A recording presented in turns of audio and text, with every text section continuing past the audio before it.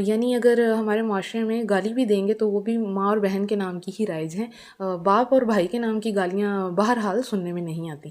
خیر، ایک اور بہت ہی حیرت انگیز اور افسوسناک سی بات، مجھے شاید یہ لگتا تھا کہ جب ہم کچھ بھی سرچ کرتے ہیں یا جو چیزیں ہمارے سامنے آتی ہیں وہ بہت ساری چیزیں ایسی ہوتی ہیں جو وائرل ہوتی ہیں، اس لیے ہمارے سامنے آ جاتی ہیں. اور مجھے لگتا تھا کہ عورتوں کو جو یہ نصیحتیں کی جاتی ہیں، چونکہ مردوں کی بڑی تعداد سوشل میڈیا پر موجود ہے اور خواتین کی اس کے مقابلے میں کم نسبت موجود ہے، تو اس لیے شاید یہ چیزیں زیادہ دیکھنے میں آتی ہیں کہ عورتوں کو نصیحتیں کی جاتی ہیں. لیکن میری یہ غلط فہمی بھی دور ہو گئی جب میں نے اس چیز پر ریسرچ کرنے کی کوشش کی. تو میں نے یوٹیوب سرچ بار پر ٹائپ کیا کہ خواتین کی ذمہ داریاں تو بہت دکھاتے ہیں، تو میں نے سوچا کہ مردوں کی ذمہ داریوں کے بارے میں بھی دیکھ لیں. تو جب میں نے مردوں کی ذمہ داریوں کے بارے میں ٹائپ کیا تو یہ نتائج آپ کے سامنے ہیں. فرسٹ ویڈیو نے ماشاءاللہ بلر کا شرف حاصل کیا ہے، اور اس کے بعد آگے آپ دیکھتے جائیں کہ آگے کیا چل رہا. تھرڈ اور فورتھ، چہرے کا پردہ، عورت کا پردہ، یہ مسلمان مرد کی ذمہ داریاں ڈسکس ہو رہی ہیں یہاں پہ. مسلم لڑکے کا عیسائی لڑکی سے نکاح کرنا، اوکے. ان مفتی صاحب کو تو دن کا پہلا خیال اور آخری خیال بس شادی ہی آتا ہے. اور اس کے بعد نبی پاک صلی اللہ علیہ وسلم کے بال، لڑکے میں 6 باتیں دیکھ کر نکاح ہو سکتا ہے. اچھا، اس میں شاید کچھ نہ کچھ بتایا گیا ہو. اور اس کے بعد غیر محرم کو سلام کرنا، کون سا لباس پہنا جائے، عورت کا آئی بروز، یہ مرد کی ذمہ داریاں ہیں. ایک کام کی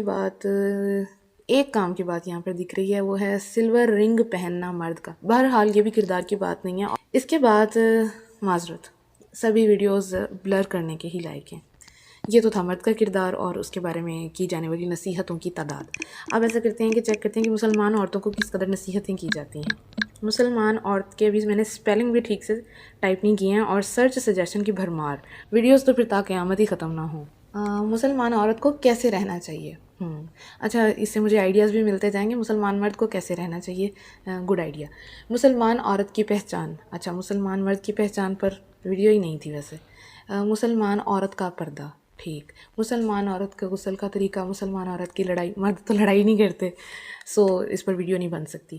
مسلمان عورت کے نام، مسلمان عورت کا بیان، مسلمان عورت کی دنیا میں، اور اس کے علاوہ مسلمان عورت سٹیٹس. واو، ورڈ مسلمان عورت کے سرچ رزلٹ کا تو کمال ہی ہو گیا، یعنی چھپڑ پھاڑ گئے. مسلمان عورت کی ذمہ داریاں اور اس کی پہچان. اچھا، اب ذرا تھمبنیلز اور باقی مواد بھی ملاحظہ ہو جو وائرل ہونے کی صورت میں مجھ تک پہنچ گیا، اور میں نے اس کے اسکرین شاٹس لے کر یہاں پر آپ سب کو دکھاتی ہوں. شوہر کو یہ جملہ بولنے والی عورت ضرور جہنم میں جائے گی. ایسی لڑکی سے نکاح کر کے پچھتاؤ گے. جنت اگر عاشق ہو بھی نا تو ہوتی آدمیوں پر ہی ہے، عورتوں پر تو جہنم عاشق ہوتی ہے. اس دور کی مائیں سمجھ جائیں، ایک ناکام بیوی، شوہر تو ناکام ہو نہیں سکتا. یوٹیوب کے بعد اب گوگل سرچ رزلٹ میں کیا ہے یہ بھی آپ دیکھ لیں کہ میں نے ٹائپ کیا مسلمان مرد کیسا ہونا چاہیے. مرد نہیں بلکہ مسلمان کیسا ہو، اس ٹاپک پر بہت ساری ویڈیوز اور ایک آدھ مسلمان مرد کے بارے میں بھی ہے، اور یہ فوٹوز میں آپ دیکھ سکتے ہیں. پھر مسلمان مرد کے فرائض کا بھی سرچ رزلٹ آپ دیکھ سکتے ہیں کہ مرد پر صرف علم حاصل کرنا فرض ہے. سرچ سجیشن دیکھیں ذرا، یہ مسلمان مرد کے فرائض ہیں. ذمہ داریاں سے شاید کچھ سامنے آئے، چلیں یہ دیکھتے ہیں. لو آ گیا، اولاد کی پرورش ماؤں کی ذمہ داری ہے. شوہر اور بیوی کے حقوق، شوہر بیوی کے حقوق، اولاد کے احکام. فوٹوز میں چلیں دیکھتے ہیں. مرد کی ذمہ داری عزت کرے اور عورت عزت کروانے والی بنے. گڈ، اگر وہ عزت کروانے والی نہیں ہوگی تو مرد پر فرض ہے کہ وہ اس کی عزت نہ کرے. اور مرد کی تعریفیں، یہ تو مرد کی ذمہ داریاں ہیں. تو یہ تھا کنکلوژن. مرد کی ذمہ داری میں سیکنڈ نمبر پر بیوی ہونے کے ناطے اسلام میں عورت کی ذمہ داریاں. کیا بات ہے، کمال ہو گیا نہیں.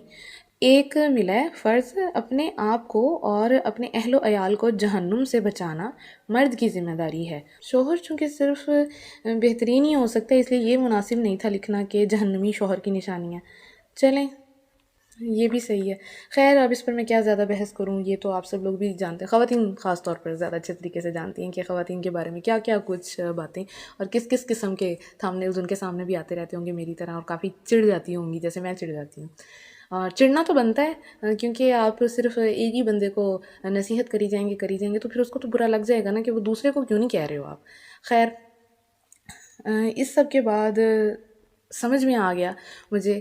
سرچ سجیشن کے بارے میں یہاں پر میں بات کروں گی. وائرل ہونا تو وہ ڈیفینیٹلی جو آپ پسند کرتے ہیں وہی وائرل ہوتا ہے. اس سے کوئی فرق نہیں پڑتا کہ ان موضوعات پر کس مقدار میں ڈاٹا موجود ہے.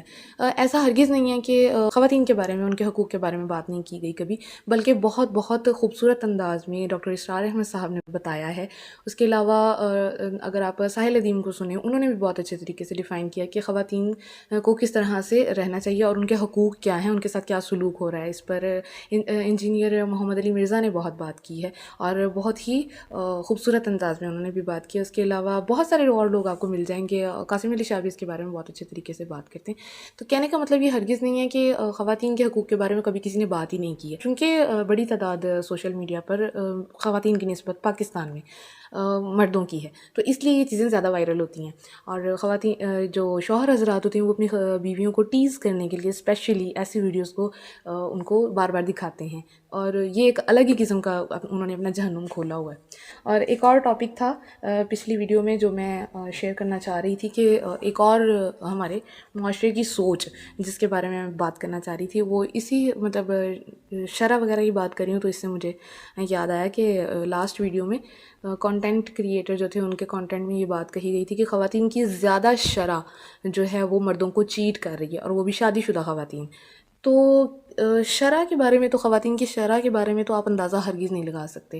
اٹ ڈپینڈز کہ آپ سیمپلنگ کیسے کر رہے ہیں، آپ نے سیمپل کس ایریا کا لیا ہے، کس لاسٹ ویڈیو میں کنٹینٹ کریئٹر نے یہ بھی کہا تھا کہ عورتوں کی زیادہ شرح چیٹ کرتی ہے مردوں کی نسبت. تو مجھے یہ نہیں سمجھ میں آتا یہ کون سی دنیا میں رہتے ہیں یہ صاحب. سوشل میڈیا پر خواتین کی سے زیادہ مردوں کی تعداد موجود ہے، کیونکہ ہمارے معاشرے میں ابھی بھی بہت سارے گھرانے جو کہ ماشاء اللہ اچھے طریقے سے اپنی بیٹیوں کی تربیت کر رہے ہیں، ان کے پاس موبائل نہیں ہوتے. اور اس کے علاوہ ایک اور بات وہ یہ کہ جو شادی شدہ خواتین ہوتی ہیں ان میں 50% خواتین کا موبائل بین ہوتا ہے، اور میرے ارد گرد تقریباً 50 سے زیادہ پرسنٹ میں کہہ سکتی ہوں کہ خواتین جو ایسی ہیں ان کو موبائل الاؤ نہیں ہے اپنے سسرال میں.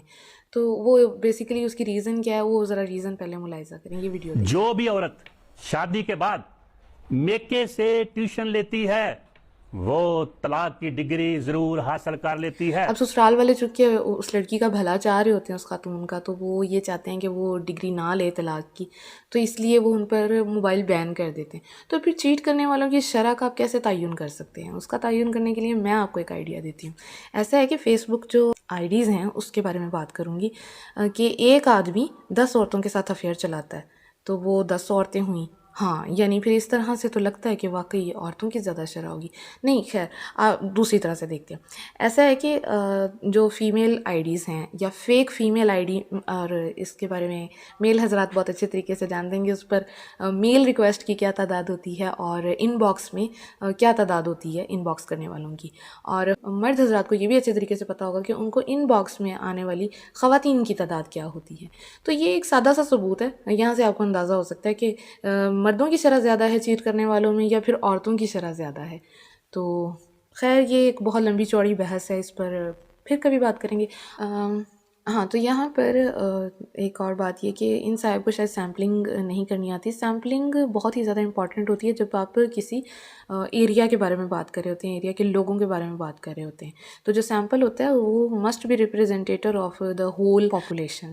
تو ایسا ہے کہ آبادی کا بہت بڑا حصہ ایسا نہیں ہے، سو اس پر یہ بلیم نہ لگایا جائے تو یہ زیادہ بہتر ہوگا.